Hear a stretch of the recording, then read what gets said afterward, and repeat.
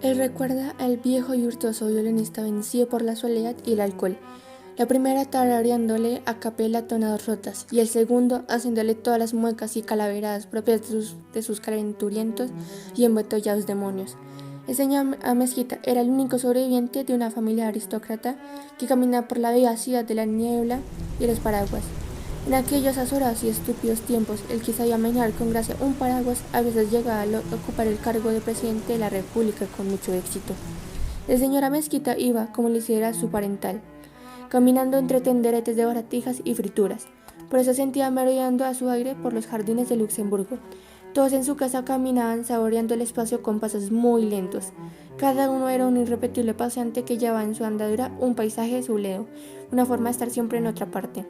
De manera que en Semanas Santas y de Navidad le daban lo mismo al viejo violinista. La señora Mezquita vivía más que en un oasis, en los bordes acuosos de sus espejismos y en las orillas de unas atronadoras borracheras en las que luchaban y hacían tablas la memoria y el olvido. No era de extrañar que amara con furor a Rubén Darío, aquel poeta que sus enemigos denostaban con los más infamantes epítetos.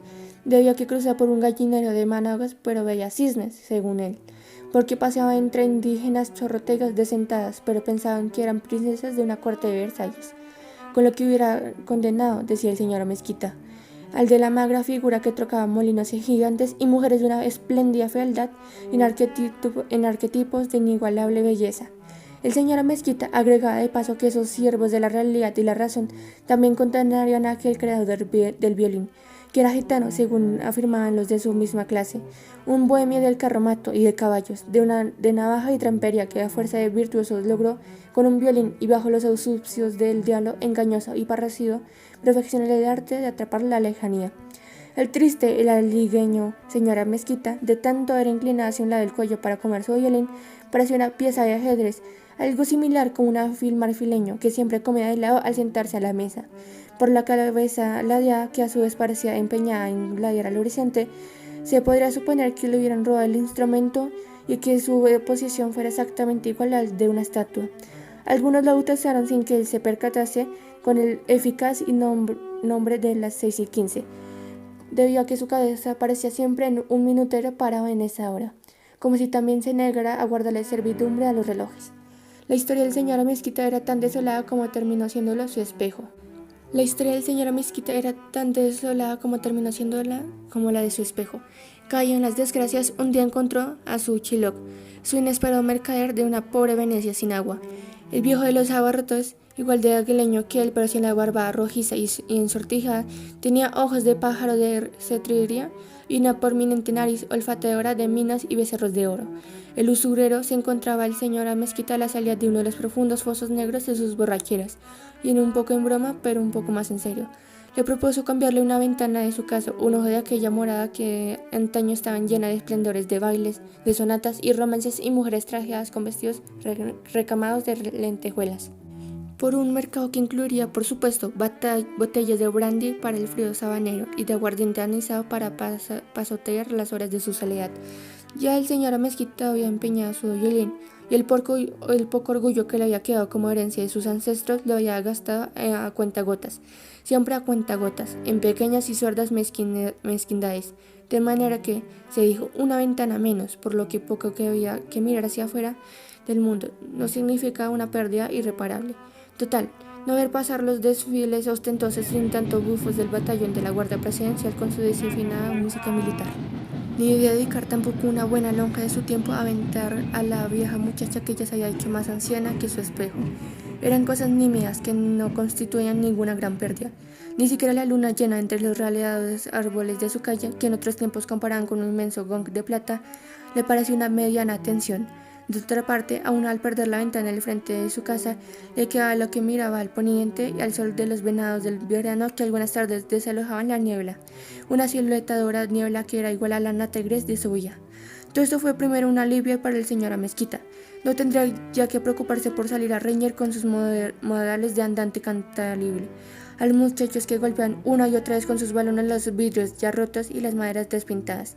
Se limitó entonces a clausurar los gritos chillones que corrían sin cesar tras la pelota. Al mes siguiente fue la pequeña terraza de ropas la que pasó a manos del mercader, del usurero que tenía un inmenso agujero negro en la conciencia, el comerciante dicharero y vivaz y timador del apellido Escobar, a quien algunos lampos de lucidez alcohólica el señor Amezquita llama el oscuro Pangrubago. Un recuerdo de una vieja película blanca y negra en la que actuaba como protagonista un héroe de la pantalla, Ruth Stiger.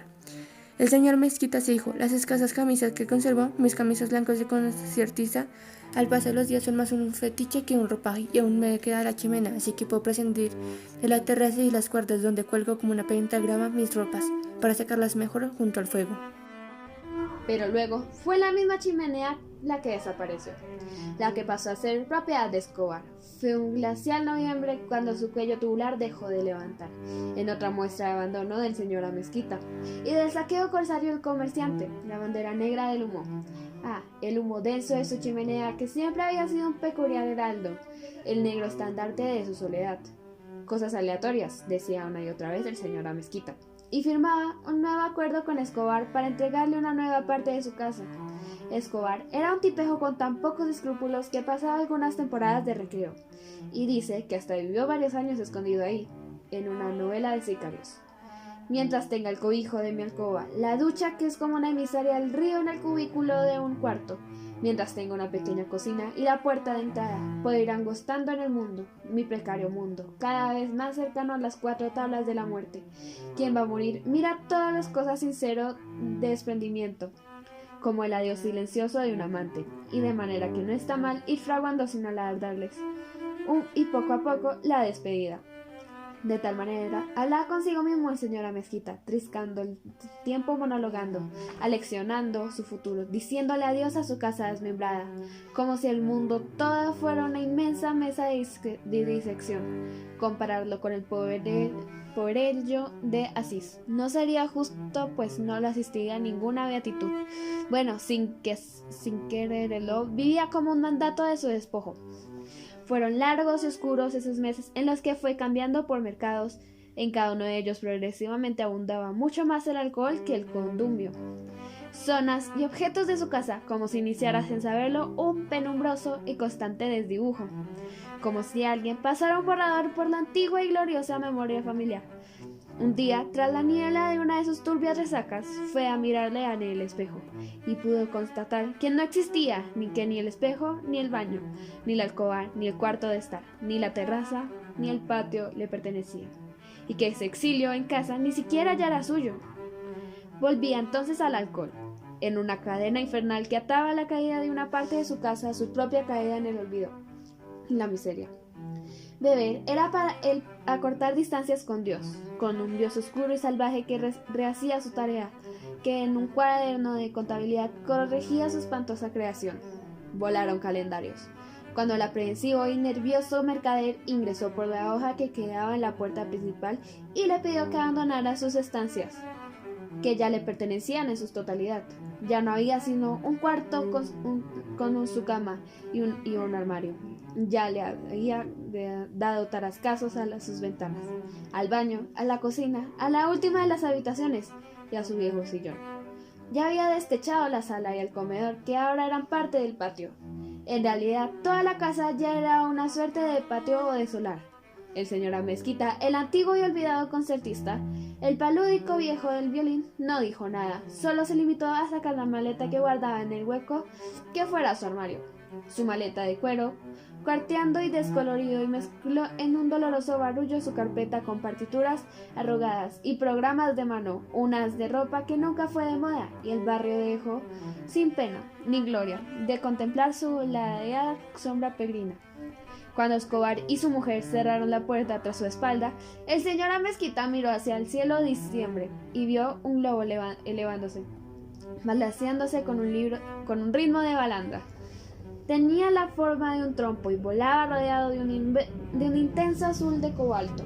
La vecina gorda, que proyectaba la curiosa sensación de que todo lo que miraba con gula, paisajes, hombres, nubes, niños, animales y objetos cobraban a su mirada un aspecto de lujuriosa escena.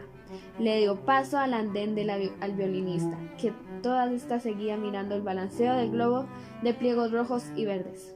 La mujer gorda, vestida con una saya de grandes flores estampadas que parecía engullir un colibrí, detuvo turbia mirada en la figura magra, un tanto fantasmal, y en la espalda encorvada del viejo violinista, con una expresión mecánica y desprovista de interés, mientras mordisqueaba una manzana bañada en una capa crujiente de caramelo.